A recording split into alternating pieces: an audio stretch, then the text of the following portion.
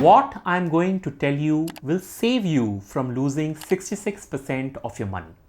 If you've been investing in stocks, then you've definitely heard of a rights issue. Simply said, a rights issue is an invitation to existing shareholders to buy more shares in the company, which is generally made available at a discounted price. Of course, shareholders have to pay for these shares, and companies use this extra money for business expansion or for paying up existing debts, etc. Which means a rights issue is different from bonus shares or a share split on three counts. Number one, in bonus shares, the shareholder doesn't have to pay anything extra to get those shares, but in a rights issue, some consideration is payable. Secondly, there is some procedure involved wherein the shareholder needs to apply for the right shares before the record date, while nothing needs to be done in case of a share split or bonus shares. And thirdly, in a rights issue, the existing shareholders have a right but are not obligated to buy these shares, which means the shareholders can choose not to participate in a rights issue in case he or she doesn't have the necessary funds or is not much convinced about the company's prospect. And therein lies the problem. Actually, there is no problem if these shares are offered at a reasonable discount to the market price.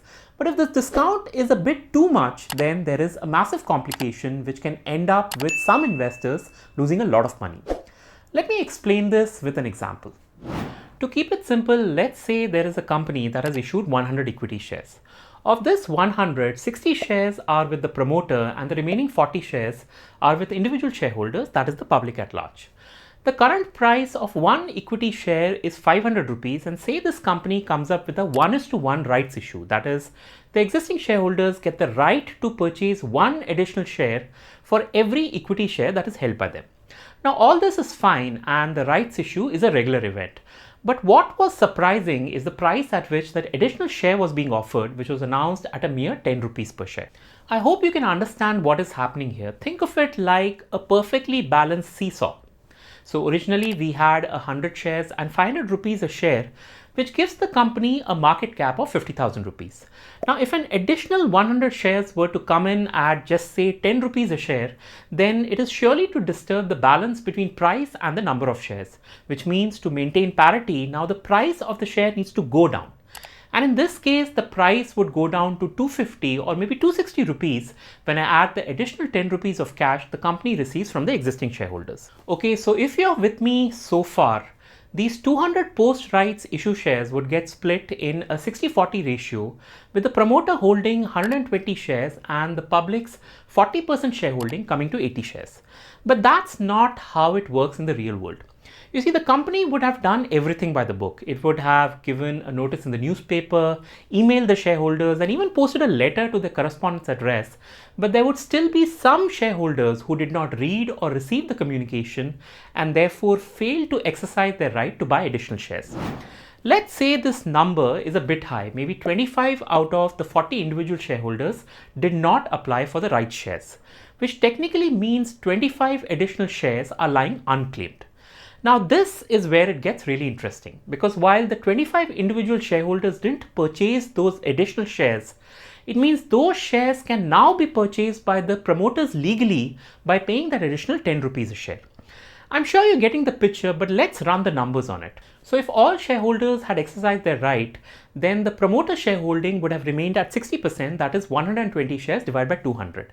But since all shareholders did not use up their rights offer, the promoter shareholding has increased to 72.5%, that is 145 shares divided by 200. More interestingly, at a new per share price of 260 rupees and an acquisition price of just 10 rupees, the promoters would have made a profit of 250 rupees per share on each of the 25 shares. In fact, let's look at the status of all three categories of shareholders for better clarity. So before the rights issue started, the promoters held 60 shares at 500 rupees and now they have 145 shares at 260 rupees, which gives them a gain of 25.7%. The public shareholders who exercised their right to additional shares made a moderate 4% gain out of this transaction. And finally, the 25 shareholders who did not subscribe to the rights issue, whether it was done on purpose or accidentally, ended up with a loss of 48%. Now, if you're wondering if this situation really happens in real life, let me present to you an interesting case study involving Sandur Manganese and Iron Ores Limited. So last year, this company came up with a rights issue offering 2 additional shares for every 1 fully paid equity share. As expected, these additional shares were offered at a discounted price, but what we did not expect was for this company to offer them at a mere 10 rupees when the market price per share was an astounding 4,500 rupees. So that's a super discount of 99.7%, and one might wonder, why did the company not offer bonus shares instead of going through the complication of a rights issue? I went through a couple more interviews, and throughout Mr. Ghorpade persisted with the line that this was being done to improve liquidity and to reward the long-standing shareholders of the company. But let's look at what the numbers say, and I'm using parts of the initial research done by two chartered accountants, Nimish and Sudarshan, who also have this YouTube channel Beat the Street, where they have uploaded many brilliant and detailed videos on such anomalies. So their analysis in this case reveals how the promoters of Sandur Manganese silently made a profit of about 23 crores by taking advantage of this rights issue. So prior to the rights issue, the promoters held almost 66 lakh shares in Sandur Manganese, while the public had 24 lakh shares. Now, if everyone had applied to the 1:2 rights issue, then the number of shares would have simply tripled for both the parties. But by my reckoning, some 1.5 lakh shares belonging to existing shareholders did not or could not participate in the rights issue process. And because it's 2 additional shares for every existing share, a total of 3.06 lakh shares were quote unquote unclaimed, which were then paid and subscribed by the promoters of Sandur Manganese.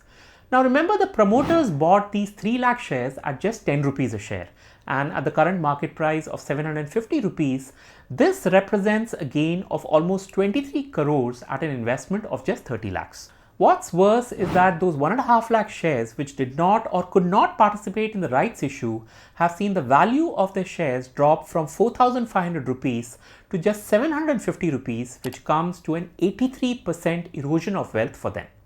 Now, some people might say, hey, this is not the company's fault. I mean, why blame the company if the shareholder had not updated oneself of these announcements?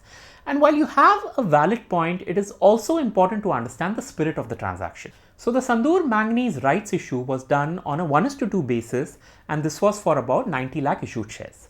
Now 90 multiplied by 2 comes to 1.8 crore shares. 1.8 crores multiplied by 10 rupees comes to 18 crore rupees, which is the amount this company was raising via the rights issue. To put 18 crores in perspective, look at the amount of profits this company has been generating over the last few years. Now you tell me, what is this company that has been consistently earning over 100 crores in net profits every year going to do with a measly 18 crore rupees that it has collected from the rights issue? In my opinion, the real objective of this rights issue does not seem to be either the raising of funds or about improving the liquidity of shares, or for that matter, rewarding long-standing shareholders. I think, and I'm sure a lot of you guys are also thinking the same, but I think this was all about getting those additional shares at almost no cost. When Nimish and Sudarshan first explained this case study to me, my first reaction was to go to my Gmail account and type in the words rights issue with the hope that I had not missed on some recent corporate announcement. With a decent number of companies coming up with deep discount rights issue, one has to be very careful not to miss out on these, with some companies like PTC Industries going as low as offering a 99.8% discount. I think it's a loophole that SEBI needs to address, but having said this, some discount is definitely permissible and expected, as we saw with Reliance Industries and Bharti Airtel, who offered additional shares at a discount of 14% and 23% to the respective market price. Alright, so let's examine the options that are available to you as a shareholder in case your company comes up with a rights issue. Option 1 is very straightforward. You subscribe for additional shares under the rights issue. But believe me, applying for a rights issue is no walk in the park. From what I've read, there are 3 modes of applying. The first is net banking, and that happens through the ASPA facility. The second method is via the registrar's website, and the third approach is of course offline. Each of these methods have their issues and procedures, so please read about it when you find the time. For your benefit, I have attached some resources in the video's description as well. Option 2 for the existing shareholder is to sell your rights entitlement during the issue period. A rights entitlement are like temporary demat shares representing the shareholder's eligibility to apply for the rights issue. For example, in the case of Sandur Manganese, the company was offering the right to buy 2 additional shares for every 1 fully paid equity share. So what will happen here is that on the date of opening of the issue or just before that, you'll see 2 shares or twice the original number of shares in your demat account with the letters RE written next to it. Now, interestingly, these REs are tradable in the stock exchange just like any equity share, which means as an entitled shareholder, you can sell these REs on your trading platforms as soon as the rights issue open. Of course, the price of the REs will keep on changing throughout the day, but to put it simply, the price of an RE is generally the difference between the equity shares' current market price and the price of the rights issue shares.